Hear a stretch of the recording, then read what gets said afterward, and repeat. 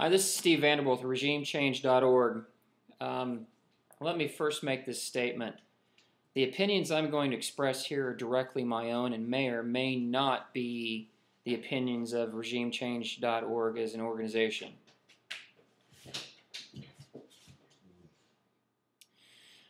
A few days ago, Hillary Clinton made the statement that Iran was in the position to become a military dictatorship.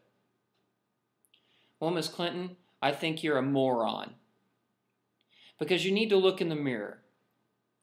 Your administration and the administration of your husband set forth several policies, and yes, Bush was in the middle too. So before anybody starts swinging bats, I'll say yes, Bush was in the middle too. But strictly, this policy started in the Clinton administration.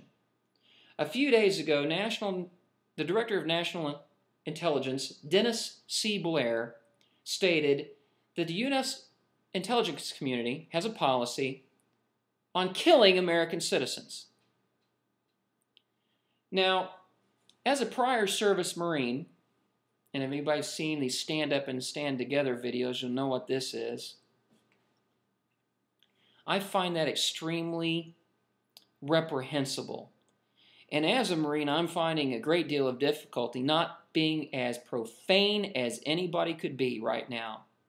Because this arrogant SOB and his taskmasters over the top of him and the entire directed intelligence community have signed upon themselves to develop a policy that is so blatantly unconstitutional that they should all be lined up against a wall as in Nazi Germany and have a round placed through them. The hell with the word treason. When the U.S. government believes it is superior to the Constitution and it can deny its citizens the right of a trial by their peers, that is when they need to be shown the door,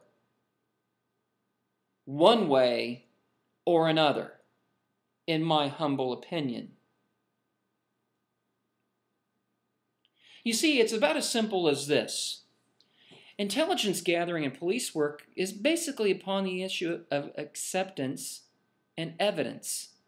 Acceptance being that you accept an opinion that somebody's doing something, and therefore the evidence showing that they do. Well, if history shows us anything, our government's really good at creating evidence. Shall we talk about weapons of mass destruction in Iraq being one of them? The overbearing poppy trade in Afghanistan being a second one of them? The Gulf of Tonkin incident in Vietnam? The Bay of Pigs in Cuba? You see, it's just not one organization. It's the entire Central Intelligence Agency back to when it was the OSS, when they learned to do something called the British model. And that's the British model of intelligence, where you tell your adversary partial truths or partial lies, so they won't know whether it is a truth or a lie. You never tell completely the truth, and you never tell completely a lie. That is how our intelligence community works in conjunction with our government. Now you're sitting there saying, okay, Steve, you sound like a fruitcake and a conspiracy theorist. Absolutely not. I am a by the facts, by the data type of guy. And the data is telling me if somebody decided they needed a policy, it means either two things. One, they've done it, or two, they're going to. In my personal experience, they usually write policies after the fact. So you ask yourself this question. If you have somebody that does not like you, how much does it take for them to make a phone call and accuse you of being an Al-Qaeda terrorist? Hello? CIA? Yes, I know this guy's name's Jack. And Jack just went to Spain to meet a terrorist cell. Yes, I can give you more information. Thank you very much. Now, the U.S. government's so damn incompetent that they're going to look at Jack based upon your word. And guess what's going to happen with Jack because of this policy? You got it. Bullet through the head. It's only a matter of time. Unless we stand up and stand together and say, no, no, no, no, no, you can't do that. Congressman on the Hill, you should be skinning Mr. Blair right now, and you should be running a rod up Hillary Clinton's backside for saying the stupid things that she says around the world.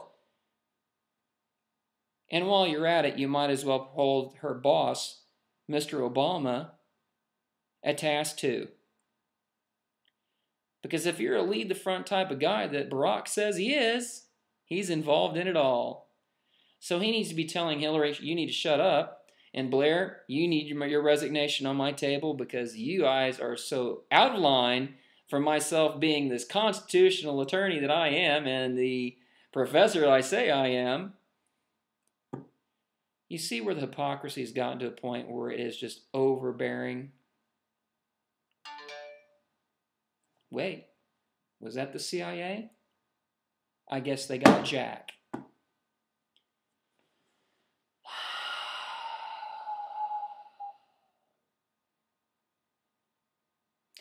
At the end of the day, it's this simple. Government should fear its people. The people should not fear their government. And I can tell you, the next time I travel overseas, because I've opened my mouth about this, I'm going to look over my shoulder. Do I really think they're coming to get me? No, I don't. But I'm wise enough to know the moment that I don't look is the moment they could put around in the back of my head. The Israelis do it all the time, as do a few other countries. But like lemmings, just because they do it doesn't mean it's wise for us to follow, because that cliff is right ahead. And I don't know about you, but if I'm going to die, I'd rather die with a smile on my face than my head bashed into a rock up the ass of another lemming. And for today, that's my opinion. And I'm Steve Vanderbilt for RegimeChange.org. Thank you.